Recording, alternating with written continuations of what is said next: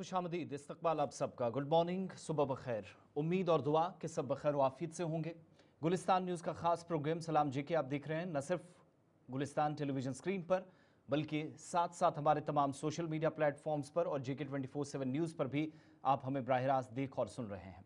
तमाम लोगों का बहुत बहुत शुक्रिया। न सिर्फ आप प्रोग्राम देखते हैं बल्कि आपके तासुरात, आपका ओपिनियन, आपका फीडबैक हम तक पहुँचता है और कमियों, खामियों या फिर कोताहियों को दूर करने में आप सब हमारा ताउन करते हैं। उसके लिए हज़ारों मरतबा इज़हार तशक्कुर।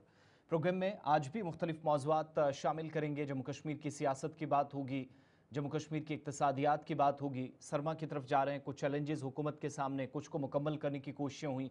हुकूमती इदारे कितना कामयाब हुए, कितना नहीं, ये समझने की कोशिश करेंगे आदाद शुमार या रिपोर्ट सामने रखकर। बैनुल-अक़वामी सतह के चंद मामलात जो इस प्रोग्राम में आपके सामने रखेंगे। और अब जिस मामले पूरे मुल्क के अंदर गुज़श्ता कुछ महीनों के दौरान हमने सियासत तेज़ होते हुए देखी है, इस पर मज़ीद न सिर्फ सियासत, राजनीति बल्कि सियासी बहस, मुबाहिसे और तकरार भी होंगे, क्योंकि मुल्क के मुख्तलिफ हिस्सों में इलेक्शन कमीशन का एक बड़ा मनसूबा जिसके तहत काम शुरू होने जा रहा है और फिर इसमें जम्मू कश्मीर भी है। वो मनसूबा क्या है, मुकम्मल तौर पर तफसीलात आप तक पहुँचेंगी और साथ साथ मकामी सतह की खबरें और यूनियन टेरिटरी लद्दाख भी आपको ले चलेंगे, जहाँ सबसे बड़ी अब तक की तारीख की पासिंग आउट परेड हुई। लेकिन दूसरी तरफ लेह वायलेंस के बाद तहकीकाती अमल तेज़ कर दिया गया है। मामलात पर ज़रा डिस्कस करेंगे आगे चलकर, लेकिन इन सारे मौज़ूआत पर जाने से पहले हिस्ट्री ऑफ द डे के एक छोटे से फॉर्मेट में चंद अहम तरीन वाक़यात ज़रा आपके सामने रखें। आज अक्टूबर की 26वीं तारीख है, इतवार का दिन। 1947 में जम्मू कश्मीर का भारत से इल्हाक आज ही के दिन हुआ। इंस्ट्रूमेंट ऑफ टैक्सेशन जिसको आप कहते हैं, उस पर महाराजा हरी सिंह की तरफ से भारत के साथ इल्हाक के डॉक्यूमेंट्स या दस्तखत पर दस्तावेज आज के दिन दस्तखत किए गए डॉक्यूमेंट्स पर। 2015 में अफगानिस्तान में 8.1 शिद्दत का ज़ल्ज़ला आया। पाकिस्तान और अफगानिस्तान के अंदर दोनों जगह इसका असर हुआ। 398 सरकारी रिपोर्ट्स के मुताबिक लोगों की मौत हुई और 2700 से ज़्यादा लोग जख्मी हुए। 1943 में कलकत्ता, और इस वक्त जो कोलकाता कहलाता है, यहाँ आज के दिन हैजे की वबा से अक्टूबर के तीसरे हफ्ते में 2155 अफराद हलाक हुए और सबसे ज़्यादा हलाकतें 26 अक्टूबर को रिकॉर्ड की गई, जिसकी तस्दीक सरकारी रिपोर्ट्स करती है। 1999 में सुप्रीम कोर्ट ऑफ इंडिया ने उम्र कैद की सज़ा 14 साल मुकर्रर की। वक्त गुजरने के साथ साथ संशोधन हुए, अमेंडमेंट्स हुई, तब्दीली की गई और फिर जाकर 17 और 18 साल तक भी बात पहुंची कानूनी एतबार से, माहिरीन की मुश्तरका राय के बाद। 2001 में जापान ने भारत और पाकिस्तान के खिलाफ जो पाबंदियां आयद की गई थी उनको ख़त्म करने का ऐलान किया। ये पाबंदियां दोनों की जानिब से न्यूक्लियर वेपन बनाने और डिक्लेरेशन के बाद कुछ लगी थी, कुछ तलखियां पहले से थी और उनको ख़त्म किया गया। 1994 में आज के दिन 46 साल से जारी जंग ख़त्म हुई और जॉर्डन व इजराइल के दरमियान एक अमन मुआहिदा हुआ, जिसके मुताबिक आज भी दोनों ममालिक काम करते हैं। और कई मरतबा आपने देखा होगा कि इजराइल पर होने वाले हमलों को जॉर्डन की डिफेंस फोर्सेस की जानिब से रोकने का काम पिछले 1 साल के दौरान किया गया है। 2005 और 2006 में आज ही के दिन चीन और भारत दोस्ती के साल के तौर पर मनाने का फैसला किया गया। ये दिन आज भी मनाया जाता है। मौजूदा वक्त में ताल्लुकात पिछले 4-5 सालों के मुकाबले काफ़ी अच्छे हैं। 1774 में फिलाडेल्फिया के अंदर अमेरिका की पहली कॉन्टिनेंटल कांग्रेस मुलतवी हुई और बाद में कहा गया कि सबसे बड़ी मुल्क की जो सियासी जमात बनी उसको बनाने और मुल्क का पूरा निज़ाम चलाने में कलीदी किरदार इसका था। 2012 में बर्मा के अंदर, या जिसको आप म्यांमार भी कहते रहे, पुरतशद्दुद झड़पें हुई। 26 अक्टूबर को 2012 में आज के दिन 64 अफराद मारे गए। इन झड़पों में सरकारी तौर पर तस्दीक होती है। इसके अलावा 1934 में महात्मा गांधी की क़यादत में ऑल इंडिया देही सनत एसोसिएशन का क़याम आज के दिन अमल में आया। 2012 में आज ही के दिन अफगानिस्तान की एक मस्जिद में खुदकुश हमला हुआ, 41 अफराद मारे गए, 50 से ज़्यादा जख्मी हुए। और 1775 में आखिरी मुगल बादशाह बहादुर जाफर की पैदाश आज के दिन हुई, 1775 अक्टूबर की 26 तारीख। तो ये हिस्ट्री ऑफ द डे में अहम तरीन बातें, अहम तरीन वाक़यात जो आपके सामने एक मखसूस किस्म का फॉर्मेट है जो आपके सामने रखें। इसके बाद आज के मौज़ूआत पर चलेंगे, खबरों का आगाज़ करेंगे और स्टूडियो में एग्जीक्यूटिव एडिटर इशफाक गौहर हमारे साथ हैं। मशरिक़ वस्ता ज़रा आपको लिए चलते हैं, जहाँ पीस एग्रीमेंट के मुताबिक बात नहीं बन पा रही है और दूसरे फेज़ में बात आते आते तक पेज फिर से फंसा है और अब वो जो कोशिशें अमन मुआहिदे के तहत कराना चाह रहे थे उनमें दरार आहिस्ता आहिस्ता आना शुरू हुई है। इजराइल की जानिब से कुछ ऐसे इकदाम जिन पर अमेरिका की जानिब से नाराजगी का इजहार किया गया है और पीस प्लान में रखना डालने का काम एक बार फिर से इजराइल ने किया। इशफाक, चलिए जनाब, खबरों का आगाज़ करते हैं मशरिकी वस्ता से। और मशरिकी वस्ता की अहम तरीन डेवलपमेंट आ रही है, जहाँ पर अमरीकी सदर डोनाल्ड ट्रंप 20 नुकाती एजेंडे और फार्मूले को लेकर क़याम अमन की राहों को तलाश कर रहे थे। Benjamin Netanyahu back to back कई बार फ़िज़ाई और ज़मीनी हमले कर चुके हैं, जिस पर अमरीकी सदर और अमरीका के अंदर जो पॉलिसी मेकर्स हैं उन्होंने बरहमी का भी इजहार किया। और यही वजह है कि रात देर गए कतर के अमीर के साथ भी डोनाल्ड ट्रंप की मुलाकात हुई। अगर ये मुख्तसर सी मुलाकात जहाज़ के अंदर ही हुई है, लेकिन माना जा रहा है कि ये पूरा मामला मशरिकी वस्ता का ही था, जहां पर यह सूरत हाल बहस में लाई गई है। इतलात और ख़बरों के मुताबिक अमरीका और इजराइल के बीच हर गुजरते दिन के साथ ताल्लुकात बेहतर नहीं बल्कि अबतर हो रहे हैं और सियासी महाज और अस्करी महाज पर अब बयानात का सिलसिला भी शुरू हो गया है। फ़लस्तीन के मामले पर इजराइल का अपना एक मौक़िफ़ है और अमरीका अपने एक मौक़िफ़ के तहत क़याम अमन के हवाले से हर मुमकिन कोशिश करना चाह रहा है। और इस ज़िमन में तमाम अरब मुल्कों के साथ मिलकर फ़लस्तीन और इजराइल के मुकम्मल हल के हवाले से कोशिश की जा रही है। लेकिन एक बार फिर इजराइल ने यू टर्न लिया और इजराइल की तरफ से ये साफ कर दिया गया है कि हमास का मुकम्मल खात्मा और दीगर मामला सरफहरिस्त है, तब तक शायद मुकम्मल तौर पर क़याम अमन यहाँ पर नहीं होगा, जिसकी वजह से अमरीका और इजराइल के बीच ताल्लुकात थोड़े से पुरतनाव बनते हुए नज़र आ रहे हैं। और आप सब जानते हैं कि अरब ममालिक के साथ ये जो 20 निकाती प्लान था, इसके मुताबिक एक वादा किया गया है अमरीकी सदर की जानिब से कि वेस्टर्न बैंक या दीगर कोई हिस्सा गजा का कोई भी कब्जा वहां पर इजराइल की जानिब से नहीं होगा और अफवाज वहां से निकाली जाएंगी। लेकिन इजराइल की पार्लियामेंट से एक बिल जो कि अब कानून की शक्ल ले चुका है पास हो गया है। मंजूरी के बाद वेस्टर्न बैंक पर इजराइल ने कब्जा दोबारा शुरू कर दिया है, जिसको लेकर मार्को रूबियो का बड़ा स्टेटमेंट आया, जिनके मुताबिक अगर जरूरत पड़ी, ऐसी सूरत हाल रही जो इजराइल की जानिब से की जा रही है, तो इस पॉलिसी पर वो पीछे हटेंगे और पीस प्लान से बाहर आने की धमकी भी दी गई है। मार्को रूबियो को सुनिए। Well, this was a vote that they took in the Knesset. From what it was explained to me, it was elements that tried to use it to embarrass Netanyahu while the vice president was here. Suffice it to say, we don't think it's going to happen. And more importantly, it's not, from a legislative standpoint, structured in a way that could happen. But it would also threaten this whole process. I mean, we understand that, right? I mean, everyone has to understand if something like that were to happen right now, if that were to happen, a lot of the countries that are involved in working on this probably aren't going to want to be involved in this anymore. It's a threat to the peace process, and everybody knows it. But I'm not getting to the middle of Israeli politics. We're focused on. JD Vance को आप सुन रहे थे, नायब सदर हैं America के और अमरीकी पॉलिसी का दिफा करते हुए इस वक्त सामने नजर आ रहे हैं। लेकिन जरा बात मुल्क के अंदर सियासत की करते हैं।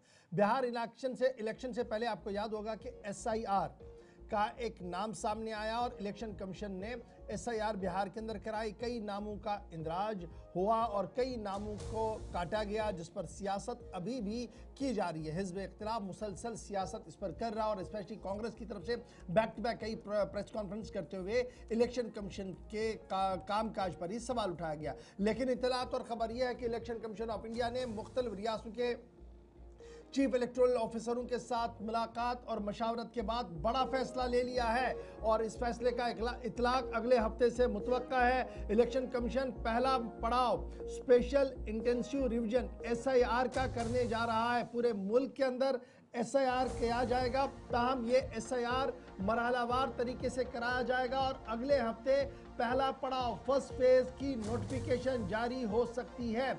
10 से 15 रियासतें SIR के पहले जुमरे में होंगी, स्पेशल इंटेंसिव रिवीजन के पहले दायरे में होंगी।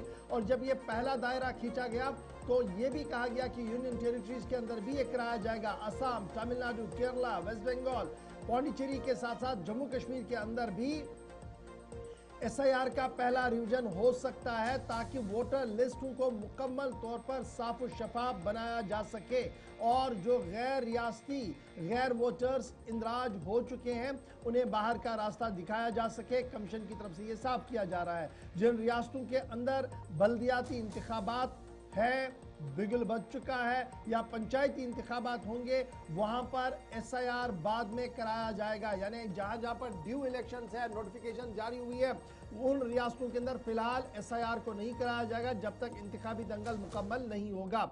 इलेक्शन कमीशन ऑफ इंडिया ने पहले मरहले के तहत स्पेशल इंटेंसिव रिवीजन को कराने का फैसला लिया है। 10 से 15 रियासतों के अंदर यह पहला रिवीजन होगा, पहला फेज होगा और उम्मीद लगाई जा रही है कि अगले हफ्ते यानी कल से पहला दिन हफ्ते का शायद कल ही नोटिफिकेशन पहले हवाले से शुरू की जाएगी। असम, तमिलनाडु, केरला, वेस्ट बंगाल, जम्मू कश्मीर, पौंडीचेरी समेत कई और इलाकों के अंदर भी SIR जो है वो कराया जाएगा। बिहार का आपको याद होगा तकरीबन 7.42 करोड़ इलेक्ट्रोल्स पब्लिश हुए 30 सितंबर को।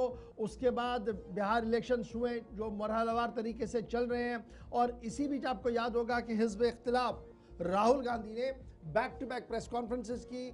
इस SIR के बहाने किस तरीके से जेन्युइन वोटर्स को निकाला जा रहा है और तंग तलब किया जा रहा है, वो तमाम कहानियां अपनी तरफ से सुनाई। मामला अदालत के पास भी है, तहम SIR कंटिन्यू होगा। कमीशन की तरफ से ये साफ कर दिया गया है और अगले हफ्ते SIR के पहले मरहले की नोटिफिकेशन जारी होगी। 10 से 15 रियासतों के अंदर ये होगा और उन 10 से 15 रियासतों के अंदर जम्मू कश्मीर का जिक्र भी है। हमारे ज़राया इलेक्शन कमीशन ऑफ इंडिया के जो है वो इस बात की तस्दीक कर रहे हैं। तहम इंतजार कल तक होगा जब कमीशन की तरफ से नोटिफिकेशन जारी कराई जाएगी। ये थी बात जनाब चुनावी दफ्तर की, जहां पर पूरे मुल्क के अंदर चुनाव कराए जाए, नहीं कराए जाए, कैसे कराए जाए, ये सारा दफ्तर इलेक्शन कमीशन ऑफ इंडिया देखता है। और अब SIR के लिए भी आप तैयार हो जाइए। लेकिन बात जरा बिहार की चली है, तो बिहार के हवाले से आपको बात करें। बिहार के अंदर बिहार के लोगों को वोट डालना है, बिजली, पानी, सड़क, रोजगार जैसे मामले पर वोट डालना है, लेकिन नेशनल हुकअप पर यह सियासत चली गई है और बिहार के चुनाव के अंदर भी जम्मू कश्मीर का जिक्र किया जा रहा है। और कल भारतीय जनता पार्टी के मुख्तलिफ लीडरों बशमूल वज़ीर दाखिला अमित शाह ने जम्मू कश्मीर के मौजूदा हालात का जिक्र करते हुए यह साफ कर दिया कि 5 अगस्त 2019 को लिया गया बड़ा और तारीखी फैसला अगर हुआ है तो यह सिर्फ वज़ीर आज़म नरेंद्र मोदी की क़यादत में ही मुमकिन था। और ऐसा हो भी नहीं सकता था कि बिहार इंतखाबात में जम्मू कश्मीर मौजू ना बने। तकरीबन हर रियासत में हुआ, फिर से जिक्र किया गया। एक तरफ हुकूमत की जब हुसूलियाबियां गिनवाई जा रही थी, जिसमें राम मंदिर समेत दीगर बड़ी बातें या बड़ी हुसूलियाबियां, और उसी दरमियान जम्मू कश्मीर के अंदर भी ये एक बड़ी कामयाबी कि 19 में या 2019 में 5 अगस्त को जो फैसला लिया गया वो एक बड़ा मजबूत और दृढ़ फैसला था। इसके अलावा जम्मू कश्मीर मुकम्मल तौर पर भारत के साथ जम हो गया। वज़ीर दाखिला के मुताबिक इस फैसले के बाद राहुल गांधी और लालू परिवार को एक बार फिर से हदफ तनकीद बनाते हुए कहा कि जम्मू कश्मीर ये बिहार को जो लूटने की कोशिश हुई है उसको किसी भी सूरत, वो जो 20 साल तक बार बार उनकी तरफ से दोहराया गया कि जंगल राज था, वैसा दोबारा निज़ाम लौटने की तैयारी में इस वक्त अपोजिशन कर रहा है और ऐसा नहीं करने देंगे। लेकिन वज़ीर आज़म की मौजूदगी में या उनके होते हुए जो बड़े फैसले लिए गए उनमें बिहार इलेक्शंस के दौरान भी एक बार फिर वो मुद्दा गरमाया जिसमें वो घुसपैठिए या इन्फिल्ट्रेटर्स का लफ्ज़ इस्तेमाल करते हुए कह रहे कि कई लोग इन रियासतों के अंदर इंक्लूडिंग बिहार के अलावा जो वेस्ट बंगाल है वहां पर भी बार बार ये टारगेट्स किए गए हैं। लेकिन जम्मू कश्मीर के ताल्लुक से जो बातें की गई प्लस पहलगाम इंसिडेंट 22 अप्रैल 2025 के बाद जो तनाव भारत और पाकिस्तान के दरमियान देखा, उनके मुताबिक ये वज़ीर आज़म ही थे जिनने ये बड़ा और मजबूत व दृढ़ फैसला लिया कि 22 अप्रैल के बाद दुश्मन के घर में दाखिल होकर उस पर वापस जवाबी वार करना है जो माजी में हुकूमतें नहीं कर सकी और फैसले लेने में कमजोर नजर आए। मुझे बताओ ये जो कश्मीर है हमारा है या नहीं है? जोर से बोलो, कश्मीर जो है हमारा है या नहीं है? धारा 370 हटनी चाहिए थी या नहीं हटनी चाहिए थी? भाइयों बहनों, मोदी जी ने 70 साल से इस धारा 370 को कोई छूने की हिम्मत नहीं करता था, उसको 2019 में एक झटके से समाप्त कर कर कश्मीर को भारत का अभिन्न अंग बनाने का काम कर दिया। अभिन्न अंग बना। और जब पहलगांव में हमारे यात्रियों पर हमला हुआ, एक जमाना था सोनिया लालू की सरकार थी, आतंकवादियों को बिरयानी खिलाते थे। पहलगांव में हमला किया, मोदी जी ने कुछ ही दिनों में ऑपरेशन सिंदूर कर पाकिस्तान के घर में घुसकर आतंकवादियों का सफाया किया। मोदी जी ने देश को बिहार के अंदर चुनावी रैली से खिताब कर रहे थे। आज भी वज़ीर दाखिला का कई मकामात पर इंतखाबी जलसा होगा। न सिर्फ वज़ीर दाखिला बल्कि भारतीय जनता पार्टी के कद्दावर नेताओं का बैक टू बैक कई रैलियां हैं, लेकिन जम्मू कश्मीर का जिक्र ज़रूर हो रहा है और कहा जा रहा है कि क़याम अमन के बाद सूरत हाल जम्मू कश्मीर के अंदर तब्दील हुई है। दावा दाखिला वजारत की तरफ से किया जा रहा है और दाखिला वजीर की तरफ से किया जा रहा है। बढ़ते हैं जी आगे, बात जम्मू कश्मीर की कर रहे हैं क्योंकि दाखिला वजीर साहब ने बिहार के चुनाव के अंदर जम्मू कश्मीर का जिक्र किया। 5 अगस्त 2019 के बाद क्या सूरत हाल तब्दील हुई नहीं हुई, एक बड़ा बहस आज भी है। अगरचे रियासत के अंदर हुकूमत भी है, मुनज़्ज़म हुकूमत भी है, मजबूत हुकूमत भी है, दावा इस तरीके का किया जा रहा है, लेकिन सूरत हाल ये है कि दावों के बीच उन वादों का क्या जो 5 अगस्त से मुसलसल मरकज से लेकर जम्मू कश्मीर इंतजामिया की तरफ से किए गए हैं। उनमें एक बड़ा वादा था कि बिजली के बहरान पर काबू पाया जाएगा और काबू पाने के लिए सोलर एनर्जी का भी ख्वाब शर्मंदे ताबीर करने की बात हुई थी, लेकिन अरसे दराज हुआ कि मरकज की तरफ से फराग दिलाना इमदाद की बात भी हुई, लेकिन जम्मू कश्मीर है यहाँ पर अफसरशाही बहुत ज़बरदस्त है और यही वजह है कि 15 महीने गुजरने के बाद भी अभी तक भी जम्मू कश्मीर इंतजामिया के किसी भी अफसर ने जिला सदर मकामात पर सोलर प्लांट मिशन के तैनाती के हवाले से कोई कदम नहीं उठाया है।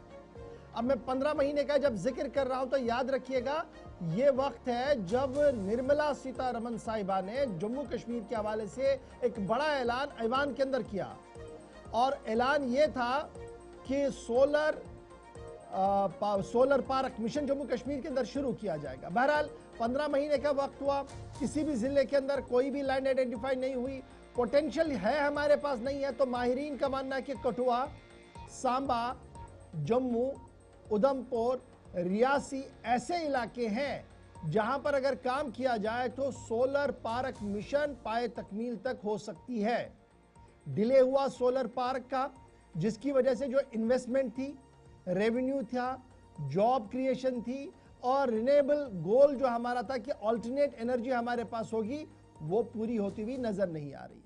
हजारों कनाल जमीन हमारे पास है जिस पर नाजायज कब्जा है, लेकिन सोलर प्लांट को तैनात करने के लिए, लगाने के लिए, आवाम को राहत पहुंचाने के लिए एक कनाल जमीन भी डिस्ट्रिक्ट मजिस्ट्रेट्स की तरफ से नहीं दी गई।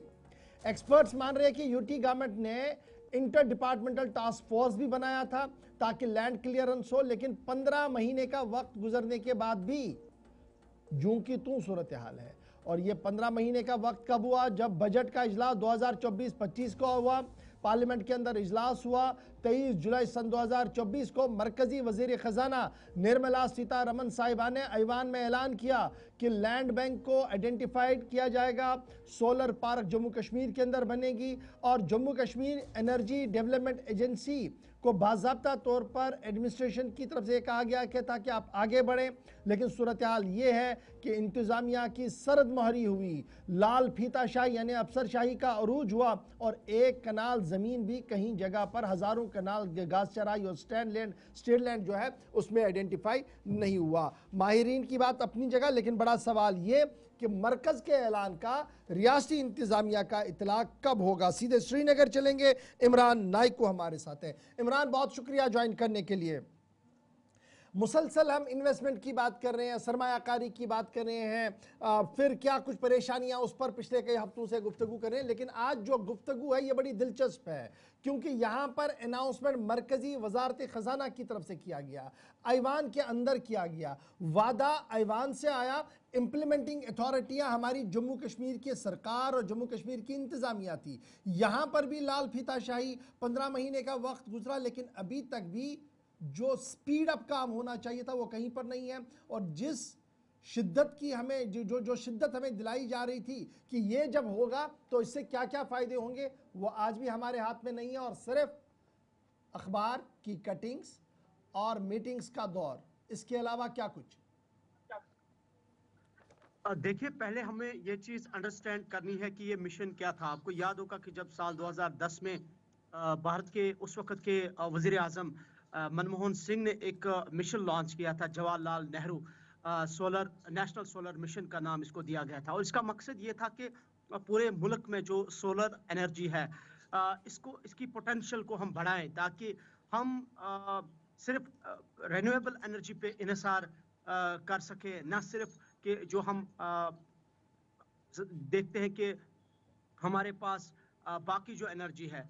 बहरकैफ जम्मू कश्मीर सरकार ने भी फिर 2024 में बाज़ाब्ता तौर पर इसका आगाज़ किया। हालांकि 2010 से ही over the period of time आपने देखा होगा कि फेज़ मैनर्स में इस मिशन को चलाया गया।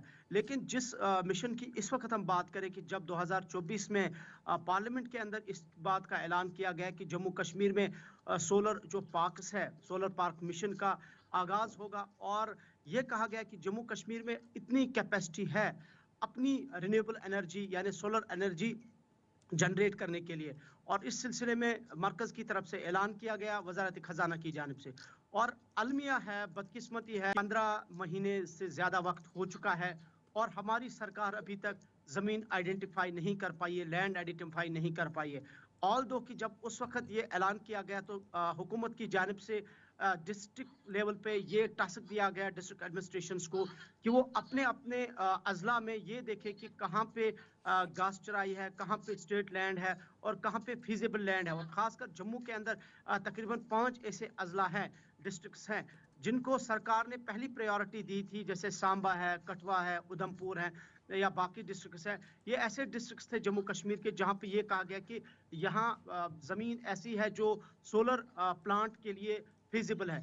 बदकिस्मती ये है कि एक बड़ा मिशन जहाँ हम देख रहे हैं कि जम्मू कश्मीर में पावर डेफिसिट है, बिजली का बहरान सर्दियों में रहता है, गर्मियों में रहता है, और हम खुद कह रहे हैं बार बार कि हमारी 18,000 मेगावाट की तो क्या क्या क्या मैं ये समझ, जहाँ मैं तक सोलर मिशन की बात करूं तो क्या ये सवाल सीधे सीधे से तो नहीं है कि हम निश्तम, गुफ्तम और बर्खास्तम तक ही महदूद है, फोटो सेशंस तक महदूद है, प्रेस नोट, प्रेस रिलीज तक महदूद है और पीआर सेक्शंस तक ही महदूद है और बड़े बड़े हेडलाइंस हम चलवा देते हैं कि अब ऐसा होगा ऐसा होगा, लेकिन जो जवाबदेही है, अकाउंटेबिलिटी है, उसका फुकदान आज के दिन में भी है और ये माजी में भी रहा है। कोई ज़्यादा तब्दीली यहाँ पर नहीं देखने को मिली कि अकाउंटेबिलिटी है कि मरकजी वजीर ने कोई बात ऐवान के अंदर कही तो ये पत्थर की लकीर होती है। फिर डिस्ट्रिक्ट एडमिनिस्ट्रेशन को टास्क सौंपा गया तो एक state head, chief secretary rank के अफसर को या वजीर आला साहब को या लेफ्टिनेंट गवर्नर के दफ्तर में एक अकाउंटेबिलिटी होनी चाहिए थी कि भैया अब हुआ क्या। ये जो 15 महीने का वक्त, 1 साल का ज़्यादा वक्त हुआ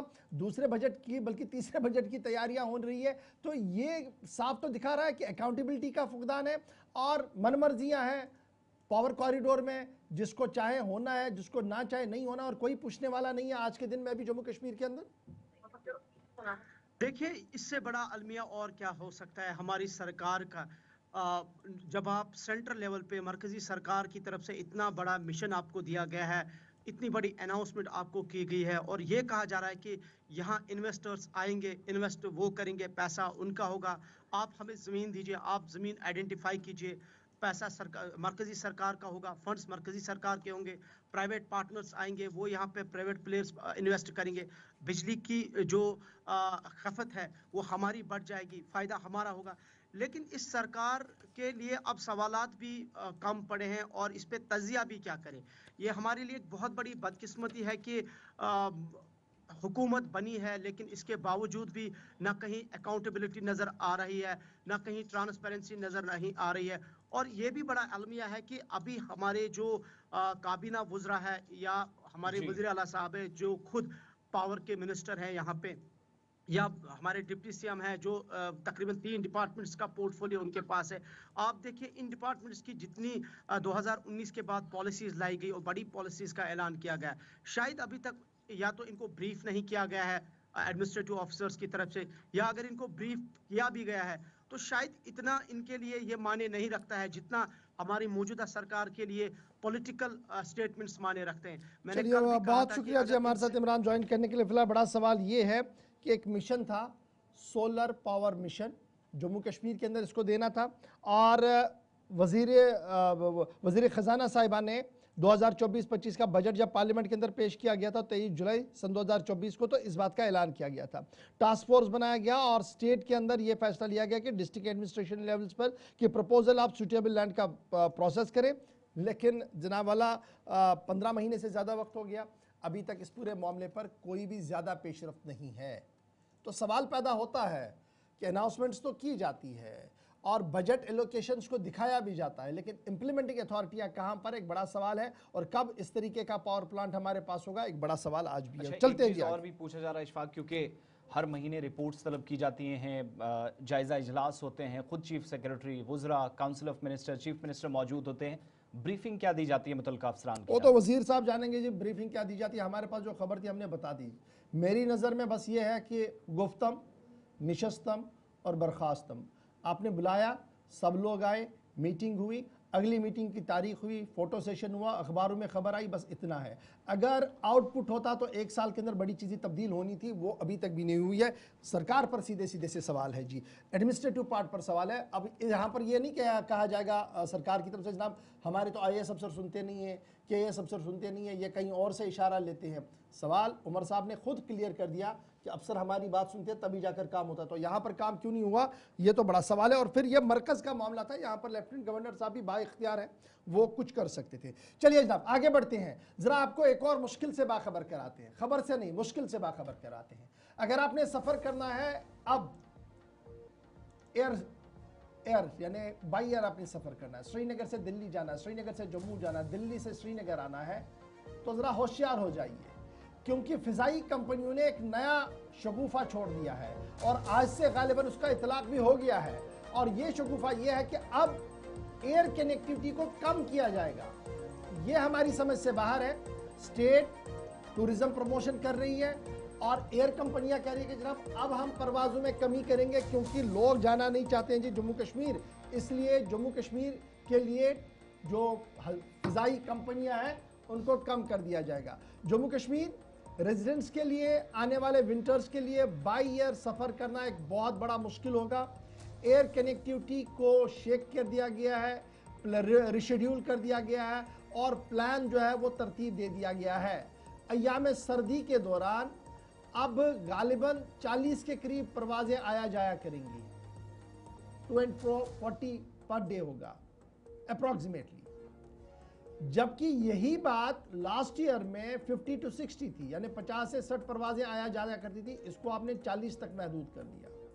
हमारे पास जो इतला है Indigo 22, air India 6, air India express 5 और जेट 4 और एयर अकासा 2 फ्लाइटें चला करेंगी।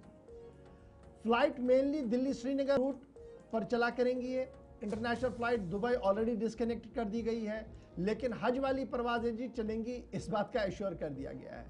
श्रीनगर एयरपोर्ट पर ये कहा जा रहा है कि चूंकि दिसंबर, जनवरी और फरवरी का जो महीना होता है, यहाँ पर फ्रीक्वेंट डिस्टर्बेंस रहती है, विजिबिलिटी कम रहती है जी, पुअर विजिबिलिटी की वजह से जहाज आया जाया नहीं जाता है, इसलिए पेशगी के तौर पर हम ये फैसला ले रहे हैं, एयर कंपनीज का मानना है। और फिर दूसरी परेशानी ये है कि अपग्रेडेशन जो लैंडिंग सिस्टम का होना चाहिए था वो अभी भी नामुकम्मल है और हमारा फ्लाइट ऑपरेशन मुतासिर होता है, इसलिए हम ये जी नहीं चलाएंगे, मनमानियां हैं जी। फिर पैसेंजर्स का आना जाना पहलगाम हमले के बाद बहुत कम हो गया है, वो भी इसमें हवाला दिया गया है। और जब आप इसको अक्टूबर 26 2025 के साथ खंगालेंगे, मार्च 28 2026 तक लेंगे, तो परवाज़ों की तादाद 50 से 60 हुआ करती थी। और अभी जो एयरपोर्ट के जिम्मेदारान हैं उनका मानना है कि इसमें कोई शक नहीं कि लो पैसेंजर डिमांड है, लेकिन फिर भी तमाम सूरत हाल को देखा जाएगा। अब हमारे पास इत्तला यह है कि आज से यह शायद नाफिजुल अमल हो गया है, श्रीनगर सीधे चलेंगे क्योंकि यह मामला डायरेक्टली हिट करेगा टूरिज्म को। इरफान फाजिल हमारे साथ है। इरफान जरा अपडेट करें, ये जो हम खबर बता रहे हैं कि एयर कंपनीज की तरफ से, फ्लाइट कंपनीज की तरफ से, जिनमें इंडिगो है, एयर इंडिया एक्सप्रेस है, एयर इंडिया है, स्पाइस जेट है, एयर अकासा है, इन्होंने अपनी फ्लाइट को रिशेड्यूल कर दिया है और जो फ्रीक्वेंसी थी इनको कम कर दिया है। 3-4 वजूहात बता दिए हैं। क्या इसकी कंफर्मेशन कहीं पर हो पाई है? और अगर ये होगा तो कितना हिट ये टूरिज्म को करेगा? क्योंकि अभी डायरेक्ट ट्रेन दिल्ली से श्रीनगर नहीं जा रही है, अभी भी हमें उधमपुर, या रियासी या कटरा तक चलना है, वहाँ पर फिर इंटर स्टेशन चेंज करना है, फिर जाकर आप आगे जा सकते हैं। तो ये जब एयर कनेक्टिविटी में भी कमी आएगी तो कितना बड़ा झटका ये एयर कंपनीज की तरफ से, एयर फ्लाइट कंपनीज की तरफ से दिया गया है जी जम्मू कश्मीर को। जी हाँ गौर साहब, जहां तक एयरलाइंस को लेकर मैं बात करूंगा, ये विंटर फ्लाइट्स का जो श्रीनगर का जो शेड्यूल है 50 से 60 को लेकर, जिसमें 39 शेड्यूल एप्लीकेबल है और ये आज से यानी 26 अक्टूबर से ही लागू होगा, जिसमें बताया जा रहा था 26 से 28 को लेकर। जबकि डायरेक्टर एयरपोर्ट अथॉरिटी को लेकर मैं बात करूं जावेद साहब, उन्होंने भी इस चीज को कंफर्म किया गया है, क्योंकि ये एक ऐसा विटनेस डिप है, क्योंकि हमें याद है जब पहलगाम अटैक हुआ था उसके बाद ट्रैवलर्स का जो इन्फ्लक्स है वो धीरे धीरे कंप्लीटली कम हो गया और कोई भी ऐसी रिकवरी नहीं रही, कोई भी ऐसा साइन नहीं रहा कि जिससे हम देख रहे हैं कि फ्लाइट्स में पैसेंजर्स का आना जाना था। As per the winter schedule, जो अगर मैं बात करूं एविएशन रेगुलेटरी को लेकर, जिसमें डायरेक्टर जनरल सिविक एविएशन है, उन्होंने कहा है कि 39 daily flights would be operate from various destinations to Srinagar and back. यानी जो फ्लाइटें पहले 50 to 69 थी, अब वो 39 है। इसमें इंडिगो की जो ऑपरेटिंग मैक्सिमम फ्लाइट्स थी वो समर को लेकर 12-22 चलती थी, या इसी तरीके से एयर इंडिया एक्सप्रेस को लेकर जो स्लॉट 6 का होता था वो 5 पे चला गया है, और इसी तरीके से जो 4 फ्लाइट का सिस्टम स्पाइस जेट का होता था वो भी बिटवीन जो दिल्ली से श्रीनगर रहता था वो भी ऑपरेशन कम हो गई। एयर आकाश का एक ऐसी फ्लाइट है, उनका भी मानना है कि अब वो खाली 2 ही flights operate Srinagar international airport से फ्लाई करेगी विंटर शेड्यूल को लेकर। तो डायरेक्टर जो एयरपोर्ट अथॉरिटी है जावेद अंजुम साहब, उन्होंने रिसेंटली फ्लाइट्स के बारे में जो एक लेस ड्यू लो डिमांड को लेकर जो ट्रैवलर्स कर रहा है, इसी बात को दोहराया, और इसी बात के दोहराने के साथ साथ डेस्टिनेशंस का ये कंटिन्यूस प्रोसेस डिस्कन्टिन्यूड हो गया है और ये लेस इन डिमांड भी हो गया है। जब ज्यादा पैसेंजर्स नहीं आएंगी तो फ्लाइट का नुकसान होगा। ये तो वही एक रीजन है जिसकी वजह से इरफान इसको लेकर क्या कोई कंफर्मेशन है? ये जो दिन भर पहले 50, 60 या 70 के आसपास परवाजें जाया करती थी वो नीचे आई हैं, और इस फैसले का इतलाक आज से हुआ है या कल से हो रहा है? ये शुरुआत इसकी है? जी हाँ बिल्कुल, आज से इसे लेकर 28 तारीख तक इसके लिए डेट मुकर्रर कर दी गई है। और मैं कोशिश कर रहा था कि मैं डायरेक्टर एयरपोर्ट अथॉरिटी जो जावेद साहब थे, मैं को कॉल करने की कोशिश कर रहा था, मगर वो कॉल नहीं उठा पा रहे थे। और आज दिन में हम आपको कंफर्म भी कर देंगे, क्योंकि जिस तरीके से कोड ऑलरेडी आया है जावेद साहब की तरफ से, जो ऑलरेडी उन्होंने बताया है कि जो पैसेंजर्स का जो लो डिमांड रहा है वही एक विटनेस फॉल रहा है, वही एक पुअर विजिबिलिटी। क्योंकि खास तौर पर अगर मैं बात करूं फ्लाइट की कैंसिलेशन को लेकर जो विंटर्स के माह में रहते हैं पुअर विजिबिलिटी। हमारे साथ ज्वाइन करने के लिए बड़ा सवाल यही है कि जनाब एयर कनेक्टिविटी में कमी आएगी, कैंची चलाई गई है, और ये कैंची सरकार की तरफ से नहीं एयर कंपनीज की तरफ से चलाई गई है। और श्रीनगर के लिए, जम्मू के लिए जब आपने दिल्ली से सफ़र करना होगा तो अब आप देखेंगे कि एयर फ्लाइट रेट्स भी बढ़ेंगी इसके बाद, और हमारी नजर में आना जाना कम होगा अब तो बढ़ेगी। लेकिन chamber of commerce, trade union के लीडर्स का मुसलसल बयानात का सिलसिला शुरू हो गया है। थोड़ी देर पहले कुछ लीडर्स की तरफ से हमें भी इतलात दी जा रही है कि जनाब ये इंतहाई अनफॉर्चुनेट है, इस तरीके से नहीं होना चाहिए, मरकजी हुकूमत इस मामले को देखे, वज़ीर आला साहब इस मामले में देखें। लेट अस सी कि वज़ीर आला साहब कितना इसमें देखेंगे। फिलहाल बड़ी खबर ये कि जनाब फ्लाइट सर्विसेज कम कर दी गई हैं, जो 60-70 जाती थी वो 20-30 तक ही रहेंगी, और इस तरीके से शेड्यूल को घुमाने की कोशिश की जा रही है।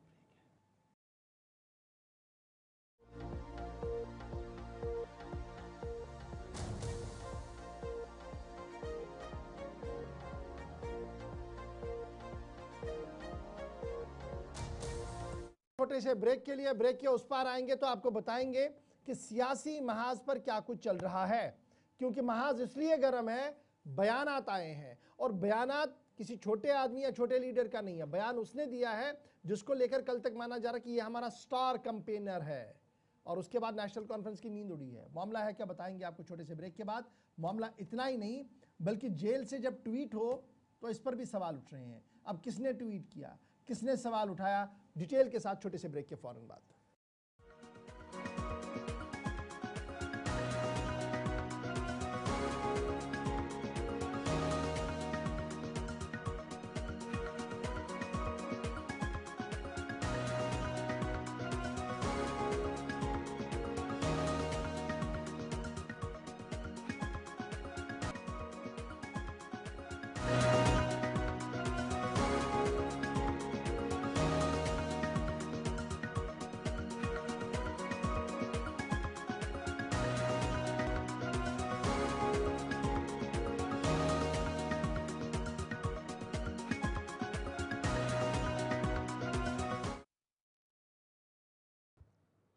ब्रेक के बाद इस्तकबाल आप सबका प्रोग्राम आप सलाम जी के देख रहे हैं। दूसरे पड़ाव में दाखिल हुए हैं। बात अब जरा मकामी मामलात की करते हैं। इससे पहले हम लद्दाख जाएं। जम्मू कश्मीर की सियासत में काफ़ी गर्माहट है और ये गर्माहट इसलिए नहीं क्योंकि राज्यसभा के इंतखाबात हुए, बल्कि इंतखाबी नताइज ने ज़्यादा जम्मू कश्मीर के अंदर सियासी तौर पर कशमकश और जद्दोजहद मुख्तलिफ पार्टियों की जो थी और उसके बाद बयानात का सिलसिला उसने मजीद इसमें दिलचस्पी पैदा कर दी है। ज़िमनी इंतखाबात से ठीक पहले राज्यसभा के इंतखाबात और इस दरमियान सबसे बड़ी जमात नेशनल कॉन्फ्रेंस इंतखाबी तशहीर दोनों जगह शुरू की जा चुकी है। लेकिन आगा सैयद रूहुल्लाह मेहदी जो नेशनल कॉन्फ्रेंस से कल भी सवाल पूछ रहे थे, 7 माह कबल जो सवाल पूछे थे कल फिर से दोहराए। और बड़ी बात यह कि हुकूमत की जो 1 साल की कारकर्दगी है उसको नाकस करार देते हुए कहा कि वो जाती तौर पर मुतमईन नहीं है।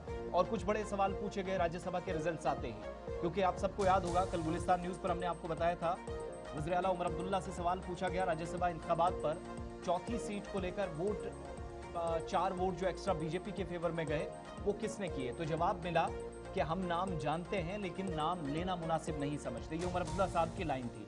इस पर पहला रद्द अमल श्रीनगर के अंदर एक तकरीब के बाद आगा सैयद रूहुल्लाह मेहदी का, जिसमें उन्होंने कहा कि अगर आपके दाएं बाएं गद्दार मौजूद हैं और आपको नाम मालूम है तो फिर अवाम के एतमाद को बहाल रखिएगा, ज़मीर को झंझोड़िएगा, उन लोगों के नाम बताएं जो आपकी सफ में होते हुए भी किसी दूसरे के फेवर में वोट कर रहे हैं। नंबर 1। नंबर 2, हुकूमत के 1 साल के मुतल्लिक भी सवाल तब पूछा गया जब बडगाम में ज़िमनी इंतखाबात के हवाले से बीजेपी ऑलरेडी सरगर्म है, पीपल्स डेमोक्रेटिक पार्टी रैलियां कर रही हैं, आज़ाद उम्मीदवार सरगर्म है, अवामी इत्तेहाद पार्टी सजाद गनी लोनवाला ग्रुप इस वक्त एक्टिव है।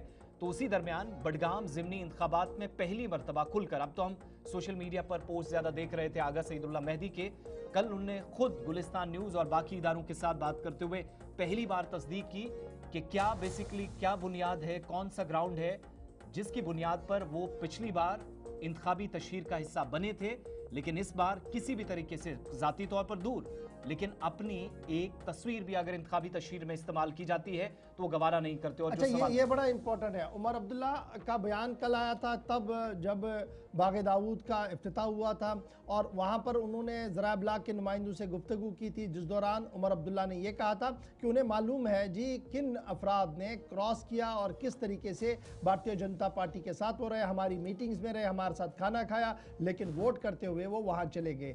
और इसी के जवाब में शाम को आगा सैयद रूहुल्लाह मेहदी जो नेशनल कॉन्फ्रेंस के साबिक तर्जुमान भी है, मेंबर पार्लियामेंट इस वक्त है, कदावर नेता है, तो इनकी तरफ से क्या कहा गया वो भी बड़ा इंपॉर्टेंट। दोनों बयानों को जरा एक बार आप सुन लीजिए। पहले उमर अब्दुल्ला के बागे दाऊद पर दिए गए बयान को आपके सामने रखते हैं ताकि आपको पस मंजर समझ आए, और उसके बाद आगा मेहदी साहब क्या कुछ कह रहे हैं और किस तरीके से उन्होंने एक साफ कर दिया कि उनका इनर कॉन्शियस जिंदा है, क्योंकि जो वो बात करते हैं, जो वो वादा लोगों से करते हैं, इसको लेकर कल क़यामत के दिन उससे पूछा जाएगा। यानी इस्लामिक प्रोस्पेक्टिव से, इस्लामिक पॉइंट ऑफ व्यू से उन्होंने जवाब दिया बहुत सारे सवालों का कि मैं उतना ही कहूँगा जो कर सकता हूँ। जो आपने कहा 1 साल पहले उस पर बाजी ना मारे, उस पर पलट ना मारे, बल्कि वो वादा पूरा करे। सबसे पहले उमर अब्दुल्ला, उसके बाद आगा सैयद रूहुल्लाह मेहदी।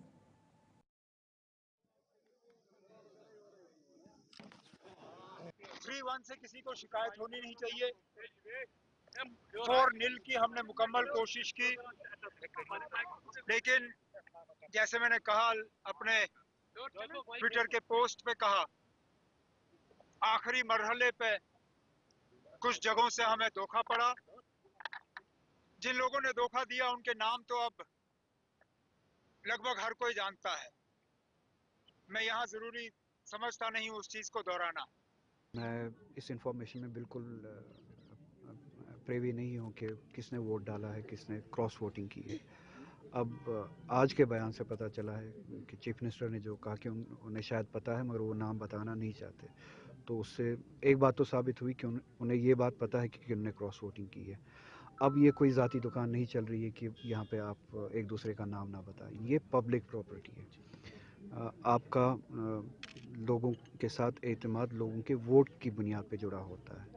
तो लेजिस्लेटर, एमएलए असेंबली में या इस तरह के वोटिंग के वक्त वोट के साथ क्या करता है वो पब्लिक इंफॉर्मेशन में आना बहुत ज़्यादा ज़रूरी है। इस तरह की कोई कंसिस्टेंसी नहीं है पिछले 1 साल से लेके अभी तक जिसको लेके मैं लोगों के सामने जा सकूं। तो इसलिए मेरी बात वही है कि मैं इस इलेक्शन से दूर हूं। लोग खुद अपने वोट के हाकिम भी है, मालिक भी है, वो खुद कजावत कर सकते हैं सही क्या है गलत क्या है। मैं इस सब के बीच में वो वकालत करने नहीं जाऊंगा जो वकालत इस नतीजे पे पहुंचेगी। जो पॉलिटिकल मैंडेट एस्पिरेशनल मैंडेट दिया गया था इस पार्टी को, नेशनल कॉन्फ्रेंस को, तो उस सेंटिमेंट उस मैंडेट पे काम नहीं किया गया जिस तरह से काम किया जाना चाहिए था। तो इसी वजह से आप जैसे लोग, हम जैसे लोग, हर कोई ये सवाल ज़रूर करेगा, अगर आपको ये लड़ाई नहीं लड़नी है तो फिर वोट लेते वक्त हमने या पार्टी ने इस तरह की बातें क्यों की थी। ठीक है, अगर आप वोट लेके भी ये इस तरह का मैंडेट लेके भी कमज़ोर पड़ रहे हैं तो ज़ाहिरी बात है सवाल होंगे कि आप दूसरों को भी जोड़िए, वरना जम्मू कश्मीर के लोगों ने आपको दूसरों के का मोहताज नहीं रखा था। दूसरों को जोड़ने की ज़रूरत अब नहीं थी शायद असेंबली इलेक्शन के बाद, मगर आपने वही कारनामे करना शुरू किया जो उन लोगों ने उस इलेक्शन से पहले किया। तो इसलिए लोग तो ऑल्टरनेटिव ढूंढेंगे कि अगर उस पार्टी ने जिसको मजबूत मैंडेट दिया गया वो ये काम नहीं कर रही, वो ये लड़ाई नहीं लड़ रही है, तो उस एग्जिस्टेंस की लड़ाई के लिए लोग ऑल्टरनेटिव्स ढूंढेंगे। ये कौम जम्मू कश्मीर की नेशनल कॉन्फ्रेंस की मोहताज नहीं है, कांग्रेस की मोहताज, बीजेपी की मोहताज नहीं है। बयान कि कौम नेशनल कॉन्फ्रेंस, कांग्रेस, पीपल्स डेमोक्रेटिक पार्टी की मोहताज नहीं है, ऑल्टरनेटिव ढूंढेगी कौम और कौम ढूंढ रही है। आगा सईद रूहुल्लाह मेहदी के ये अल्फाज तब आ रहे हैं जब इंतखाबी दंगल सज चुका है बड़गाम के अंदर, जो उनका होम टाउन है, और कहा साफ कि नेशनल कॉन्फ्रेंस के साथ वो है, लेकिन वो तब तक पिच नहीं करेंगे, वकालत नहीं करेंगे नेशनल कॉन्फ्रेंस की जब तक माजी में किए गए वादों पर अमल दरामद नहीं होगा।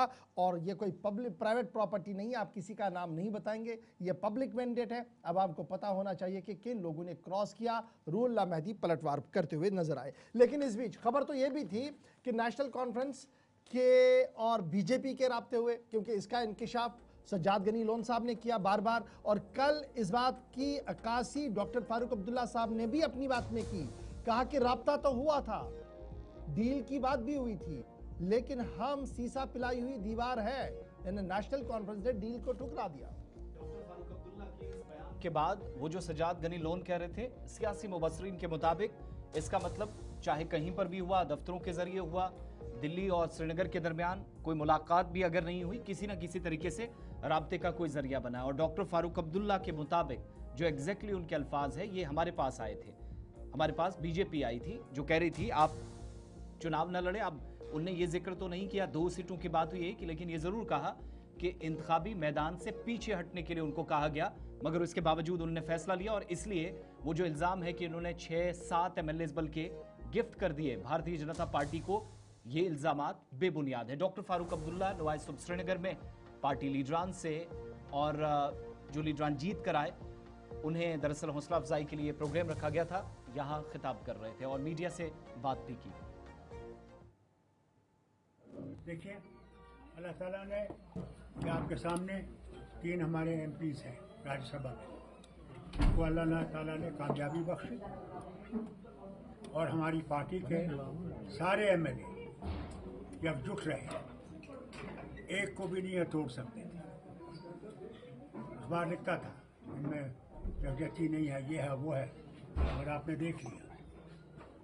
हम लोग खड़े रहे, इकट्ठे रहे, और हम मशहूर हैं महबूब मुफ्ती की पार्टी के, कांग्रेस की पार्टी के, और उन लोगों के जो इंडिपेंडेंट कैंडिडेट्स हैं जिन्होंने हमारा साथ दिया, जिसमें हमारे संगेट के एमएलए भी हैं, शुपियाँ के एमएलए भी हैं, और भी लोग होंगे जिन्होंने हमारा साथ दिया।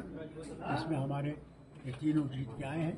अफसोस ये है चौथा जीता था, उनमें 21 वोट हमारे लिए, मगर जीत नहीं सके क्योंकि उसमें मेरे ख्याल से कुछ ने जो वादा किया था उसको पूरा नहीं किया। हर एक कुछ ना कुछ कहेगा।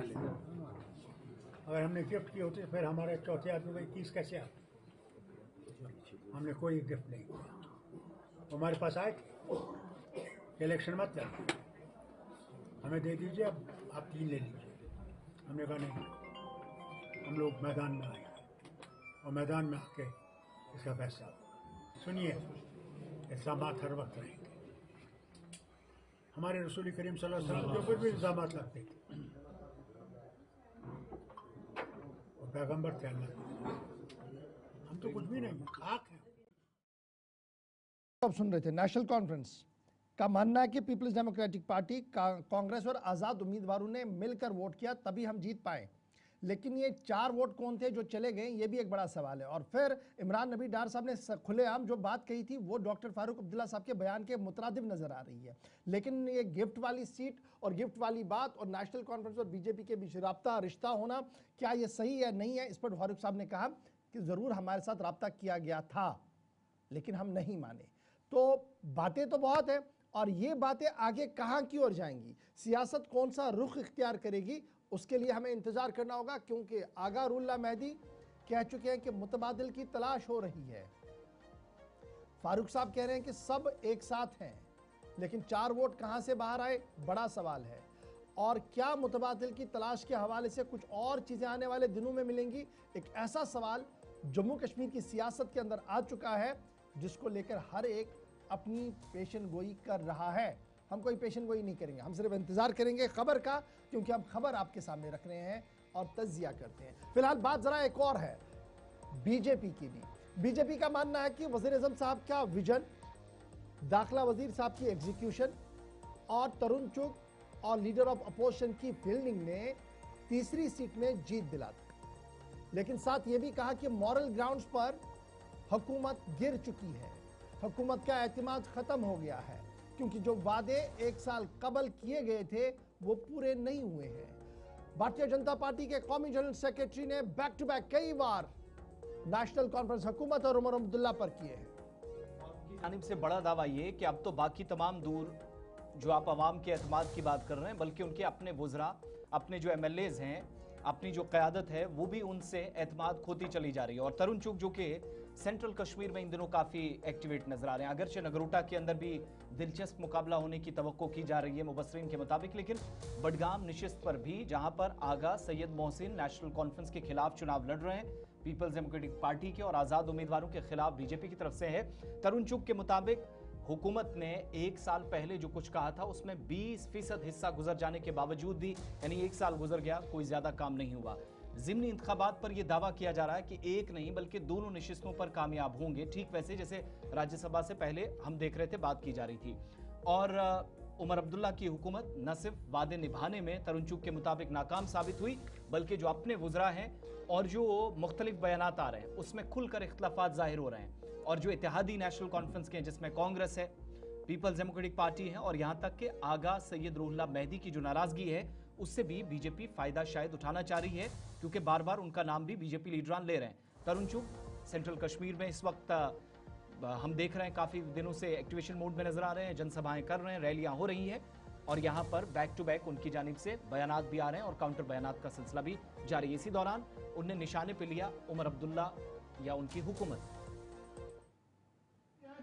स्टेटहुड हमारी कमिटमेंट है, स्टेटहुड मिलेगा, लेकिन मैं उनसे पूछना चाहता हूं, एक मंत्रालय है LG के पास, बाकी 30 डिपार्टमेंट्स आपके पास है, 30 से ज्यादा बड़े डिपार्टमेंट।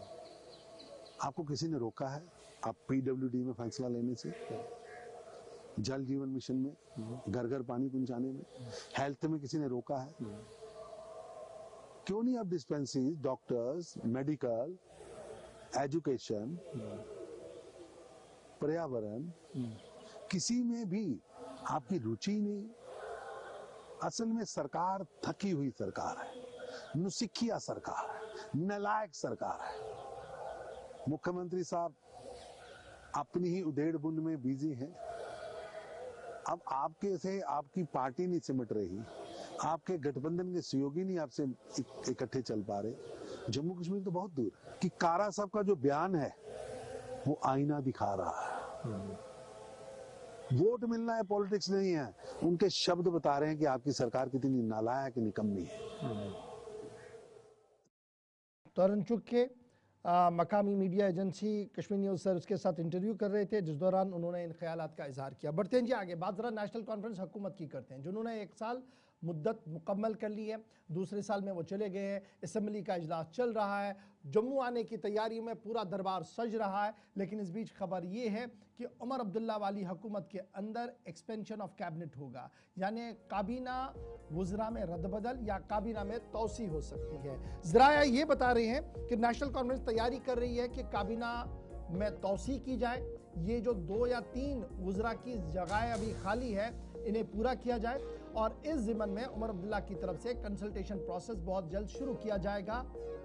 ताहम खबर और जराया ये बता रहे हैं कि जब ये एक्सपेंशन कैबिनेट एक्सपेंशन होगा तो इसमें उन इलाकों को तरजीह दी जाएगी जो अभी भी हुकूमत की नजरों से ओझल है। कंपल्शन है 2 या 3 ही लेने हैं क्योंकि यूटी के अंदर एक सिस्टम है, आप कितने ले सकते हैं, तो उसमें 2 या 3 लेने हैं। उनमें कांग्रेस का भी एक रोल है। ताहम कांग्रेस जरा हम एक क्लियर कर चुके हैं कि जब भी कैबिनेट एक्सपेंशन होगा वो इसका हिस्सा नहीं बनेंगे और ये बात वजीर आला उमर अब्दुल्ला को कई बार बता चुके हैं वो कि वो काबीना का हिस्सा नहीं बनेंगे तब तक जब तक रियासत का मुकम्मल दर्जा बहाल नहीं होता है। वो इख्तियारात जो रियासत के थे जब तक वो वापस नहीं आते तब तक वो किसी भी तरह से हुकूमत का हिस्सा नहीं बनेंगे।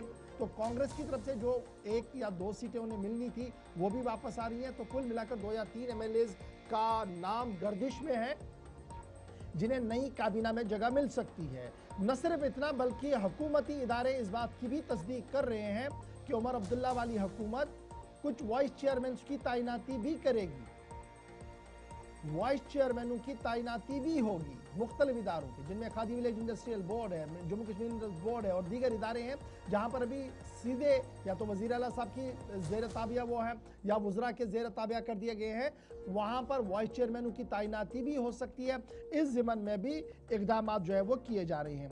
तो कांग्रेस रिशफल से बाहर रहेगी तब तक जब तक रियासत का दर्जा बहाल नहीं होगा, लेकिन कई कॉरपोरेशंस के वाइस चेयरमैनों की तैनाती होगी और इस ज़िम्मन में कंसल्टेशन प्रोसेस बहुत जल्द जम्मू के अंदर शुरू किया जाएगा और ये सिलसिला चलेगा जी दरबार के फौरन बाद जम्मू के अंदर। और माना जा रहा है कि नए साल से पहले ये सेट प्रोसेस होगा। सारे लोगों के जो पार्टी से किसी तरीके से नाराज है, दीगर मामला चल रहे हैं, उन्हें कहीं ना कहीं सेटल किया जाए। ये भी एक बड़ी खबर इस वक्त आ रही है कि नेशनल कॉन्फ्रेंस के अंदर से कि काबीना तौसी और काबीना के अंदर उन इलाकों की नुमाइंदगी के हवाले से उमर अब्दुल्ला साहब की कमर जो है वो कस चुके हैं और कंसल्टेशन प्रोसेस को बहुत जल्द इस ज़िम्मन में शुरू किया जा सकता है।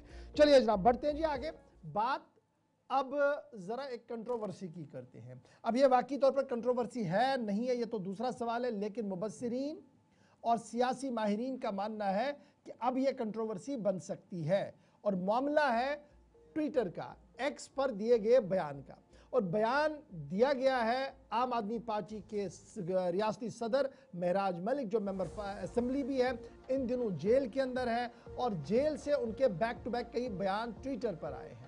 सवाल पैदा ये होता है कि पब्लिक सेफ्टी एक्ट के तहत नजरबंद शख्स को क्या कोई रियायत दी गई है, एक सवाल ये उठाया जा रहा है। दूसरा सवाल ये उठाया जा रहा है कि अगर कोई भी अथॉराइज्ड पर्सन उनकी तरफ से ट्वीट करता है तो क्या महराज मलिक साहब जो जेल के अंदर है उनका और उस शख्स का जो पार्टी के अंदर है या उनका जाती मोमिन है वो उनके साथ राब्ते में और दिन में कितनी बार राब्ता होता है, ये भी सवाल उठ रहा है। और ये सियासी मुबस्सिरीन सवाल उठा रहे हैं, सियासी लोग सवाल उठा रहे हैं।